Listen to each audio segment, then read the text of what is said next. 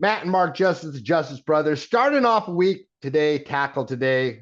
We're seeing some relative outperformance in small caps, RSP, tech selling off a little bit ahead of NVIDIA's earnings. We're going to break down all the charts, talk about durable goods orders, look at the commodity charts. We're going to break it all down for you today. Matt, give us some technical charts to start the week. We are seeing that relative strength in the average stock out there, aren't we? Yeah, a little bit here today. Not nothing too dramatic as we start the market off here on a Monday morning, but we are seeing a little bit of profit taking and pattern development in the spiders themselves. Little bit of overextended type situation as you're coming into overhead resistance. You saw the consolidation take place last week, and now it's simply continuing this week.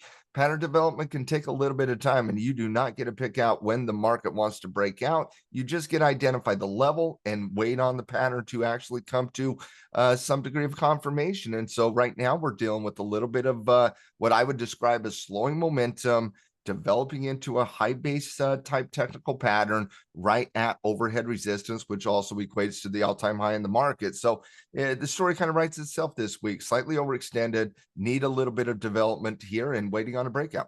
Yeah, and while we're waiting for that, as we look at a lot of stocks, I'm seeing a lot of bullish signals on a lot of individual stocks, and it's not a surprise when you see the continuation of the breakout of RSP, right? Yeah, gap up, hold the gap here. Hasn't run away from anything, but you are a little bit overextended on RSP. And the time frame on RSP and RSP, when RSP is looking better than the SPY, you're talking cyclical and you're talking defensive. When SPY is looking better than RSP, you're talking an aggressive technology driven type of rotation. So right now we're dealing with the breakout. And I think the number one time frame on the indexes is when you're looking at the weekly chart on RSP. Real good breakout last week, and obviously seeing a little bit of continuation.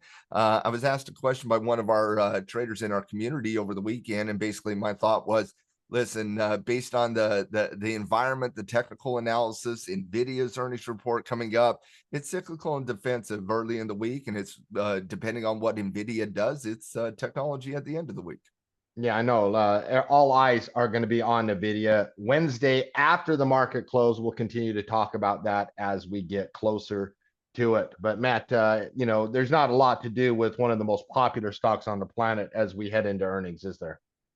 No, this one, NVIDIA, I don't want to say NVIDIA is the market, but the market is going to take its cue from NVIDIA this week. There's no doubt about that. It's the kingpin in the AI saga. It's the number one semiconductor out there. It's a Max 7 component. It's one of the biggest companies in the entire world.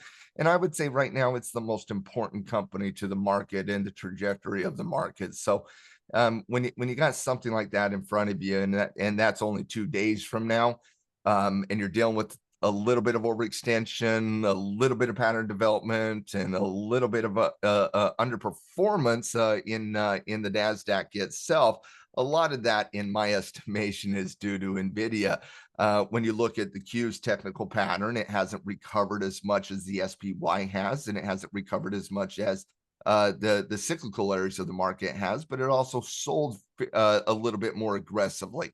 When you're looking at the recovery here, pounding off that 200-day moving average all the way up above that 50-period moving average, and now you're looking at a little bit of development there. Well, let's take a look at NVIDIA here. A little bit of the exact same saga here. The high base forming underneath the pivot point, kissing up above the 50-period moving average. And so NVIDIA, if you think technology is a market and technology is taking their cues from NVIDIA, then obviously NVDA is the name of the game this week when it comes to those aggressive asset classes and specifically the tech area.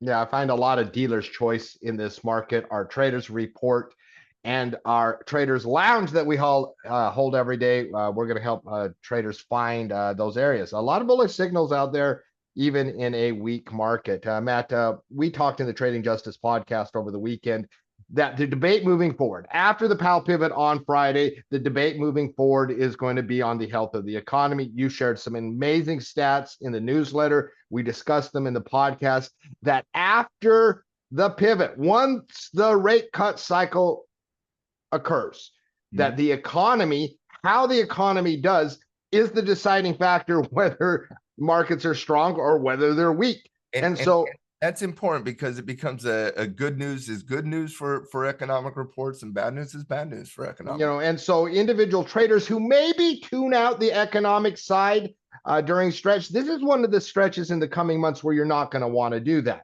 Now, we're going to have economic data almost every day. Today, we had durable goods. Now, durable goods had a big bump up, but one of the reasons it had such a large bump up is because of the Boeing factor.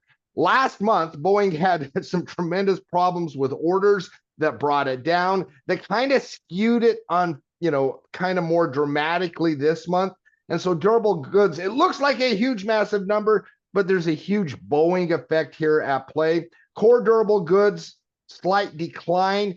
Overall, Matt, my take on the economic numbers, did very little to change the economic narrative. And that's what we're going to be on the look for. Data points that change the narrative, right? We're going to have a lot of noise on a day-to-day basis.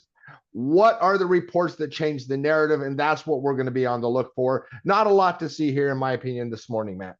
Yeah, and not exactly a major economic report as durable goods, but good context on that Boeing, no doubt about that. A slightly better than expected number on a minor economic report. I would say the bigger economic data is coming later on in the week here.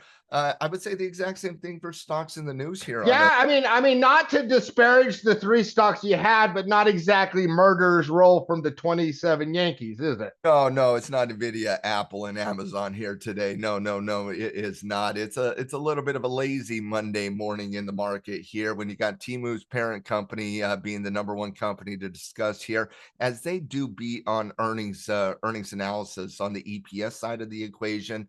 They also did beat expectations on the revenue side of the equation, but they did the problem for Temu and specifically PDD was twofold. Number one, the market doesn't really have an appetite for Chinese stocks right now. Even average reports are being sold fairly aggressively. And second of all, they did not provide guidance, but the CEO did talk not exactly glowingly about the economic environment moving into the future. In fact, talked a lot about the headwinds, and I would take that as a drop in guidance, and dropping guidance would typically send that stock tumbling as well. So you put on top of it, there's not a lot of thirst for Chinese companies, and then you have just a weak guidance situation coming out of Temu's parent company, PDD. Chinese stocks continue to sell, and PDD is one of the is selling fairly aggressively here today. You mentioned Boeing. Boeing was in the news all over the weekend as their astronauts that are stranded in space. You actually have Elon Musk and SpaceX going up to save the day, literally save the day. This could be a movie coming out of Hollywood regarding what's happening with Boeing. And if it was a movie in Hollywood, you would look to short Boeing. That is terrible for Boeing, and awesome for Elon and doing what is needed to get those two astronauts home. And then SolarEdge Technologies, they did rise initially 6%, but showing a little bit of selling pressure here today as their CEO is stepping down, and they are immediately replacing them.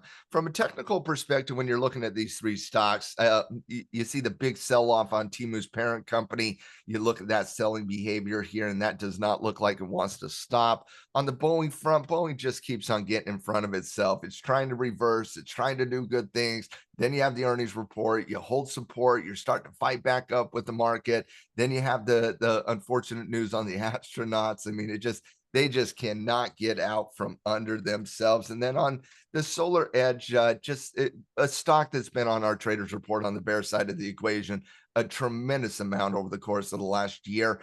Coach Frank has loved this stock on the bear side for a long time. It has been a Delta dog bearish. It's been a great performer on the downside for the Delta dogs. There's no doubt.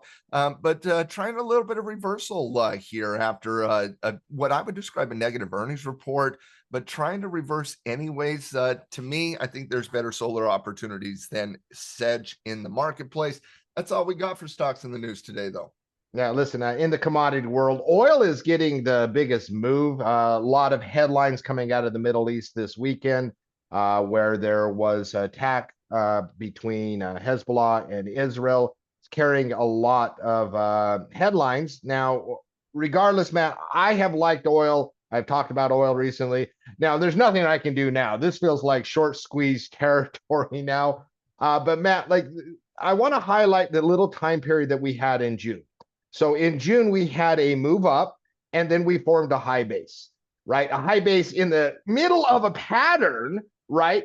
A little tricky, but you saw, basically it just take a few days off, and then it provided the next leg up. That's kind of what you would have to look as an oil bull or an energy bull, some kind of pattern similar in this situation. Yeah, I think that would definitely go a long way. But even if you got that, you still got overhead and chop and volatility and concern on the directional side of the equation. And so it needs to simmer down, cool down, and give us a little bit of pattern development that is not based on V shape up and down. Yeah, if I see that pattern, then there are XLE oriented plays that I'm interested in. Now, gold plays, as we very technically well behaved on gold right now. Pretty clear. Like for me, gold is not as much a technical area as it is a fundamental area. But man, that's pretty dialed in right now on a breakout level, isn't it? Yeah, it is. You can look at it from a technical or fundamental. Obviously, the fundamental side kind of paints itself. We talked quite a bit of that going into the newsletter, and then obviously talked about that in the Trading Justice podcast in terms of the analysis of what happens to the market and gold going into a cutting cycle. Well, gold does pretty good, quite frankly. 5 out of the last 6 cutting cycles, gold did really good to great, in my opinion. And you're looking at a really good technical pattern on top of that. And so whether you want to look at this from a fundamental perspective or a technical perspective, gold looks really good in its development right now. On the cyclical side of the commodities, silver looking to break that 30 level. 30 is that overhead resistance that we've been dialing in. Copper at that 4.2 level, trying to get above 4.2, but the 50-period moving average is right there on top of it. So that's going to stop some of the directional side of the equation, but good reversal analysis in the cyclical commodities side as well. Listen, come join our community, tackletrading.com. Sign up for a 15-day free trial. We have extended conversations. We go hunting for individual stock plays. We answer questions. It's an amazing community, and you can check out that newsletter, tackletrading.com. Sign up for that trial today.